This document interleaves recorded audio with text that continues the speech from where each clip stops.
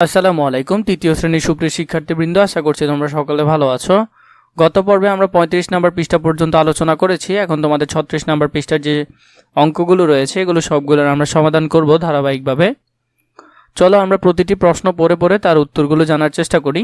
2 নম্বরের যে প্রশ্নটি আছে, হাসান সাহেব বইমেলায় প্রথম দিন 5,620 টাকার এবং দ্বিতীয় দিন 6,385 টাকার বই বিক্রি করেন। দ্বিতীয় দিন তিনি কত টাকার বই বেশি বিক্রি করেন? তাহলে যেটি বড় সংখ্যা সেটি থেকে ছোট সংখ্যা বিয়োগ করলে আমরা পার্থক্য বুঝতে পারবো। চলো আমরা এটা করে দেখি।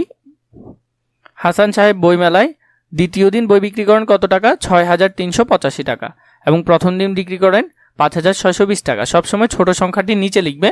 এখন দেখো, বিয়োগ করার পর 5 থেকে 0 গেলে 5 বসে যাবে। 8 থেকে যদি 2 যায় তাহলে আর 6 থাকবে, এখানে 6 হবে। এবং দেখো 3 থেকে 6 যাবে না, তাই 6 থেকে 1 দাঁড় নিয়ে এটাকে 13 করতে হবে। 13 থেকে যদি 6 চলে যায় তাহলে আর 7 থাকবে। এখানে 6 থেকে 1 নেওয়ার ফলে এখানে 5 হয়ে গেছে। 5 থেকে 5 গেলে 0, যা লিখতে হবে না। নাজমা বেগম 1,560 টাকা নিয়ে বাজারে গেলেন।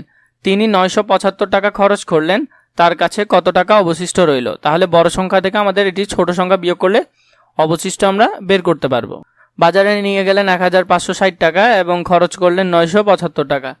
0 থেকে যদি 5 চলে যায় তাহলে 0 থেকে 5 এখানে যাবে না। 6 থেকে 1 ধার নিয়ে এটি 10 করতে হবে। 10 থেকে 5 চলে গেলে 5। এখান থেকে 1 ধার নেওয়ার ফলে এখানে এখন 6 থেকে 1 চলে গেছে, 5 হবে। 5 থেকে 7 যাবে না, 5 থেকে 1 ধার নিয়ে 15 করতে হবে। 15 থেকে যদি 7 যায় তাহলে আর থাকবে 8। 5 থেকে 1 ধার নেওয়ার ফলে এখানে আর 4 আছে, তাহলে 4 থেকে 9 বিয়োগ যাবে না। 1 ধার নিয়ে এটাকে 14 করতে হবে। 14 থেকে 9 গেলে কত হবে? 5। একটা ধার নেওয়ার ফলে এখানে আর কিছু নেই, তাহলে 0 থাকবে। তাহলে মোট হলো 585 টাকা। উত্তর হলো কত? 585 টাকা।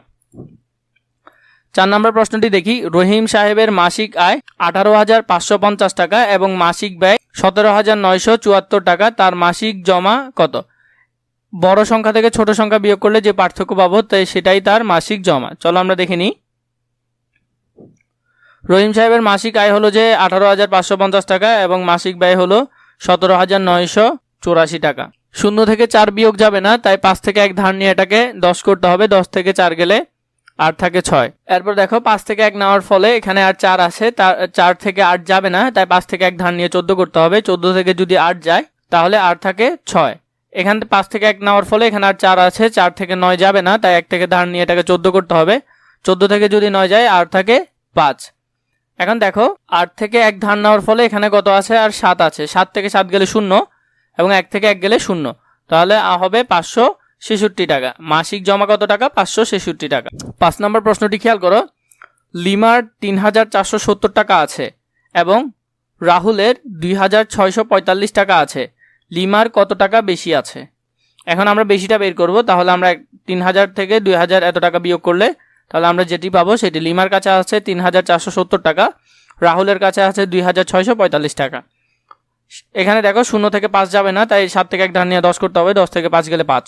7 থেকে 1 ধার নেওয়ার ফলে এখানে আর 6 আছে। 6 থেকে 4 গেলে আর থাকবে 2। এখন এখানে দেখো 4 থেকে 6 যাবে না, 3 থেকে 1 ধার নিয়ে এটাকে 14 করতে হবে। 14 থেকে যদি 6 চলে যায় তাহলে আর থাকবে 8। 3 থেকে 1 ধার নেওয়ার ফলে 2 থেকে 2 গেলে 0, তাহলে আর থাকবে 825 টাকা। তাহলে লিমার বেশি আছে কত? 825 টাকা। চলো আমরা 6 নম্বর প্রশ্নটি একটু পড়ে দেখি। বিজয় বাবু 35,465 টাকা দিয়ে একটি মোটরসাইকেল এবং 45,722 টাকা দিয়ে একটি টিভি কিনলেন। তিনি কত টাকা বেশি দিয়ে টিভি কিনলেন? তাহলে বেশিটা আমরা 45,000 হলো বড় সংখ্যা, এটি আমরা কি করব? এটি থেকে বিয়োগ করে দিব।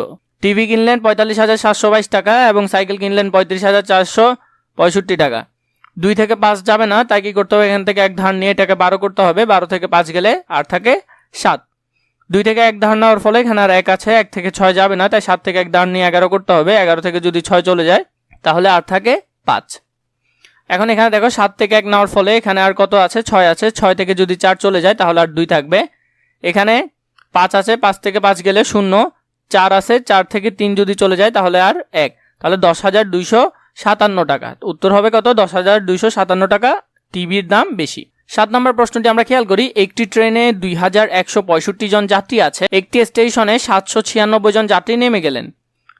এখন ট্রেনে কতজন যাত্রী আছে? তাহলে ট্রেনের মোট যাত্রী থেকে নেমে যাওয়া যাত্রী যদি আমরা বিয়োগ করে দিই, যা থাকবে সেটি হলো এখন ট্রেনের বর্তমান যাত্রীর সংখ্যা। ট্রেনের যাত্রী আছেন 2165, যাত্রী নেমে গেলেন 796। 5 থেকে 6 যাবে না, তাই 6 থেকে 1 দাঁড় নিয়ে 15 করতে হবে। 15 থেকে যদি 6 চলে যায় তাহলে আর থাকে 9 জন। এরপর দেখো 6 থেকে 1 ধার নেওয়ার ফলে এখানে আর 5 আছে। 5 থেকে 9 বিয়োগ যাবে না, তাই 1 ধার নিয়ে 15 করতে হবে। 15 থেকে যদি 9 চলে যায় তাহলে আর থাকে 6। এখান থেকে 1 ধার নেওয়ার ফলে এখানে আর 0 আছে। 0 থেকে 7 বিয়োগ যাবে না, তাই কি করতে হবে, 2 থেকে 1 ধার নিয়ে 10 করতে হবে। 10 থেকে যদি 7 চলে যায় তাহলে আর থাকে 3। 2 থেকে 1 নিয়ে ফেলার ফলে এখানে আর 1 আছে। 1 থেকে 1-এর 1 এখানে বসে যাবে। তাহলে আর কতজন, 1369 জন যাত্রী আছে। 8 নাম্বারটি খেয়াল করো, আবিদের মায়ের কাছে 20,500 টাকা ছিল। আবিদ 3,685 টাকা নিয়ে বাজার করতে গেলেন। এখন আবিদের মায়ের কাছে আর কত টাকা রইল? তাহলে আমাদের আবিদের মায়ের মোট টাকা থেকে বাজারে নিয়ে যাওয়ার টাকা বিয়োগ করলে মোট টাকা পাবো। আবিদের মায়ের কাছে ছিল 20,500 টাকা। আবিদ বাজারে নিয়ে গেল 3,685 টাকা। 0 থেকে 5 যাবে না, তাই 0 থেকে 5 যাবে না, তাই 1 ধার নিয়ে 10 করতে হবে। 10 থেকে যদি 5 যায় তাহলে আর থাকে 5। 0 থেকে 8 বিয়োগ যাবে না, তাই 5 থেকে 1 ধার নিয়ে 10 করতে হবে। এখন দেখো গতবার আমরা এখান থেকে 1 ধার নিয়েছি, তাই 10 থেকে 1 চলে গেলে 9 থাকবে। 9 থেকে যদি 8 চলে যায় তাহলে আর থাকবে 1। এরপর দেখো 5 থেকে 1 ধার নেওয়ার ফলে এখানে আর 4 আছে। 4 থেকে 6 যাবে না, তাহলে এখান থেকে 1 ধার নিয়ে কি করতে হবে, 14 করতে হবে। 14 থেকে যদি 6 চলে যায় তাহলে আর 8 থাকবে। এখন দেখো 0 থেকে 3 বিয়োগ যাবে না, তাই এখান থেকে ধার নিয়ে 10 করতে হবে। 10 থেকে আমরা যে গতবার এখান থেকে ধার নিয়েছি 1, তাহলে সেটি এখান থেকে কি করতে হবে, বিয়োগ করতে হবে। তাহলে আর আছে 9। 9 থেকে যদি 7 চলে যায় তাহলে আর 6 থাকে। 2 থেকে 1 ধার নেওয়ার ফলে এখানে আর 1 আছে। 1-এর 1 বসে যাবে। 16,815 টাকা আর আছে। 9 নম্বরটি খেয়াল করো, নাসিমা বেগম বছরে 1 লক্ষ টাকা আয় করেন এবং 88,755 টাকা ব্যয় করেন। তার বছরে কত টাকা জমা থাকে? তাহলে আমরা যদি মোট টাকা থেকে সেটি বিয়োগ করি তাহলে পেয়ে যাব 1 লাখ টাকা থেকে 88,755 টাকা যদি বিয়োগ করি তাহলে থেকে যাবে। 0 থেকে 5 যাবে না, তাই 1 ধার নিতে হবে। 1 ধার নেওয়ার ফলে 5 বিয়োগ করলে 1 ধার নিলে এখানে 10 হবে। 10 থেকে 5 গেলে আর থাকবে 5। দেখো এখান থেকে 0 থেকে 5 যাবে না, তাই এখান থেকে 1 ধার নিয়ে 10 করতে হবে। এখন দেখো গতবার যে আমরা এখান থেকে ধার নিয়েছি সে একটি বাদ দিতে হবে। তাহলে যদি 1 চলে যায়, 10 থেকে 1 গেলে 9, 9 থেকে 5 গেলে আর থাকে 4। 0 থেকে 7 বিয়োগ যাবে না, তাই আমরা কি করব, পরবর্তী সংখ্যা থেকে ধার নিয়ে 10 করব। এখান থেকে 1 নিলে এটি 10 হবে। 10 থেকে গতবার যে আমরা ধার নিয়েছি সেটি বিয়োগ করলে এখানে আর থাকবে 9। 9 থেকে যদি 7 চলে যায় আর থাকবে 2। এখান থেকে 0 থেকে 8 বিয়োগ যাবে না, তাই 1 ধার নিয়ে 10 করতে হবে। গতবার এখান থেকে ধার নেওয়ার ফলে এটি বিয়োগ করতে হবে। তাহলে আর থাকবে 9। 9 থেকে 8 চলে গেলে আর থাকবে 1। এখানে 0 থেকে 8 বিয়োগ যাবে না, তাই 1 ধার নিয়ে 10 করতে হবে। কিন্তু গতবার যে আমরা এখান থেকে 1 ধার নিয়েছি সেটি বিয়োগ করতে হবে। তাহলে আর 9। 9 থেকে 8 চলে গেলে 1। তাহলে হলো 11,245 টাকা বছরে জমা থাকে। 10 নম্বর প্রশ্নটি দেখো, এখানে আছে 1250, এখানে আছে 960। এই গাণিতিক বাক্যটি দিয়ে একটি গল্প তৈরি করতে বলেছে। প্রথমে দেখো এখানে আছে 0, এখানে আছে 0। 0 থেকে 0 গেলে কি হবে, 0 হবে। এরপর দেখো এখানে আছে 6, এখানে আছে 5। 5 থেকে 6 যাবে না, তাই 2 থেকে 1 নিয়ে 15 করতে হবে। এখন যদি আমরা 15 করি, 15 থেকে যদি 6 চলে যায় তাহলে আরও থাকে 9। এরপর দেখো এখানে আছে 9, এখানে আছে 2। 2 থেকে 9 যাবে না, 1 ধার নিয়ে এটিকে 12 করতে হবে। কিন্তু আমরা যে এখান থেকে ধার নিয়েছি 5-এর জন্য, তখন এখান থেকে 1 চলে যাবে, আর থাকে 11। 11 থেকে 9 গেলে আর থাকে 3, তাহলে 390। এরপর খেয়াল করো, আমরা যদি একটি গল্প তৈরি করি, মিনার কাছে 1250টি মার্বেল ছিল। সে তপুকে 960টি মার্বেল দিয়ে দেয়। এখন মিনার কাছে কয়টি মার্বেল আছে? আমরা এটি লিখতে পারি।